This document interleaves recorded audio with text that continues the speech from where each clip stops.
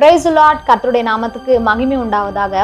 அப்போஸ்தலர்கள் 4வது அதிகாரத்துல ஆசாரியர்களும் சதுசேயர்கள் எல்லாரும் சேர்ந்து பேதுருவையும் யோவானையும் காவலில் வைத்து, நீங்க இயேசு கிறிஸ்துவுடைய நாமத்தை குறித்து பேசவும் போதிக்கவும் கூடாது அப்படின்னு சொல்லி கட்டளையிட்டு அவங்களே விடுதலையாக்குறாங்க.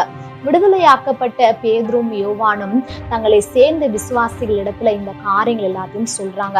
இதை கேட்ட அவர்கள் எல்லாரும் கர்த்தருடைய சமூகத்துல ஊழியக்காரர்களுக்காக ஜெபிக்கிறாங்க. தேவனே, உம்முடைய ஊழியக்காரர்கள் உம்முடைய வசனத்தை முழு தைரியத்தோடு போதிக்கும்படியாக அவங்களுக்கு அனுகிரகம் பண்ணுங்க அப்படின்னு சொல்லி இவங்க ஜெபிக்கிறாங்க. இவங்க ஜெபிக்கும் போது அவங்க கூடியிருந்த இடம் அசைக்கப்படுது. அவர்கள் எல்லாரும் பரிசுத்த ஆவியினால நிரப்பப்பட்டு தேவனுடைய வசனத்தை தைரியமாக சொல்றாங்க. அது மட்டும் இல்ல, அப்போஸ்தலர்கள் எல்லாரும் இயேசு கிறிஸ்துவுடைய உயிர்த்தெழுதலை குறித்து மிகுந்த பலமாய் சாட்சி கொடுத்தார்கள் அப்படின்ட்டு வேதத்துல சொல்லப்பட்டிருக்குதுங்க.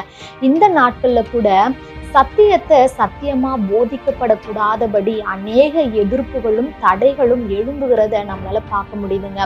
இந்த நாட்கள்ல நம்ம செய்ய வேண்டியது என்ன தெரியுங்களா? கர்த்தருடைய சமூகத்துல நம்ம ஒருமனப்பட்டவர்களாய் ஊழியக்காரர்களுக்காகவும் அப்போஸ்தலர்களுக்காகவும் ஜெபிக்கிறவர்களா இருக்கணும். நம்ம ஜெபிக்கும் போது தேவன் நம்மளையும் பரிசுத்த ஆவியினால நிரப்ப செய்து நாமளும் அவருடைய வசனத்தை தைரியமாய் மற்றவங்களுக்கு சொல்லும்படியாக கிருபை செய்றாங்க.